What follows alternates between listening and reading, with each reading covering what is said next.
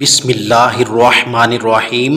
حضرت ابو سعید رضی اللہ تعالی عنہ فرماتے ہیں کہ ایک دن حضور صلی اللہ علیہ وآلہ وسلم منبر پر تشریف فرما تھے۔ حضور نے فرمایا کہ اللہ تعالیٰ کا ایک ایسا بندہ ہے جسے اللہ تعالیٰ نے اختیار دیا ہے کہ چاہے تو دنیاوی دولت حاصل کر لے اور اگر چاہے تو اللہ تعالیٰ کے ہاں رہنا پسند کر لے، اور پھر اس نے اللہ تعالیٰ کے پاس رہنا پسند کر لیا ہے۔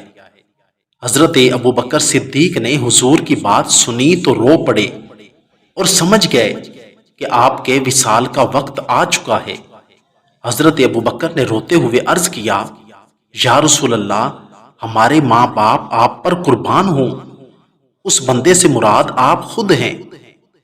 حضور نبی کریم صلی اللہ علیہ وآلہ وسلم نے فرمایا کہ سب لوگوں سے زیادہ مجھ پر احسان ابو بکر نے کیے ہیں، اور وہ احسان مال کا بھی تھا اور صحبت کا بھی تھا، اور اگر میں اللہ رب العزت کے علاوہ کسی کو اپنا دوست بناتا تو یقیناً ابو بکر کو ہی بناتا، اور اب خلت نہیں مگر اسلامی اخوت قائم ہے۔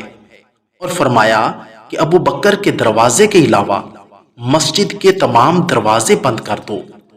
حضرت عبداللہ بن عباس رضی اللہ تعالی عنہ سے روایت ہے، وہ فرماتے ہیں کہ جب سورہ نصر نازل ہوئی تو حضور نے حضرت سیدہ فاطمہ الزہرا کو بلایا اور ان سے ایک ایسی بات کہی کہ آپ رونے لگی۔ اس کے بعد ایک اور بات کہی تو حضرت فاطمہ مسکرا دیں۔ ام المومنین حضرت سیدہ عائشہ سیدہ فاطمہ کی یہ کیفیت دیکھ رہی تھی۔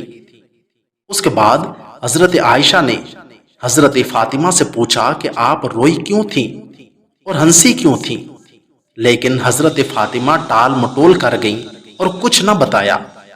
حضور کے وصال کے بعد حضرت عائشہ نے پھر اس کی وجہ پوچھی تو سیدہ فاطمہ نے بتایا کہ ابا جان نے مجھے اپنے وصال کی خبر دی، جسے سن کر میں رو پڑی۔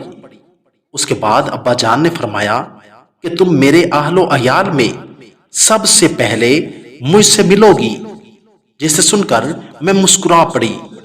حضرت عبداللہ بن عباس سے مروی ہے کہ کسی نے آ کر حضور کو بتایا کہ انصار کے مرد اور عورتیں مسجد میں رو رہے ہیں۔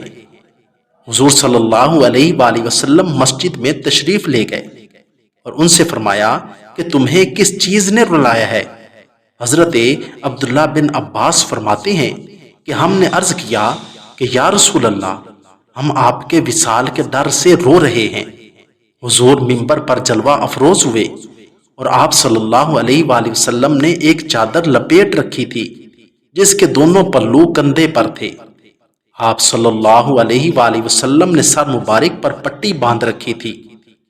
آپ نے اللہ رب العزت کی حمد و ثنا کے بعد فرمایا، اے لوگو، لوگ تعداد میں بڑھ جائیں گے اور انصار تعداد میں کم ہو جائیں گے، یہاں تک کہ انصار کھانے میں نمک کے برابر رہ جائیں گے۔ جو لوگوں کے امور میں سے کسی امر کا ولی ہو، اس کے لیے ضروری ہے کہ ان میں سے بھلے لوگوں کے ساتھ اچھا سلوک کرے اور ان کے خطا کاروں سے درگزر کرے۔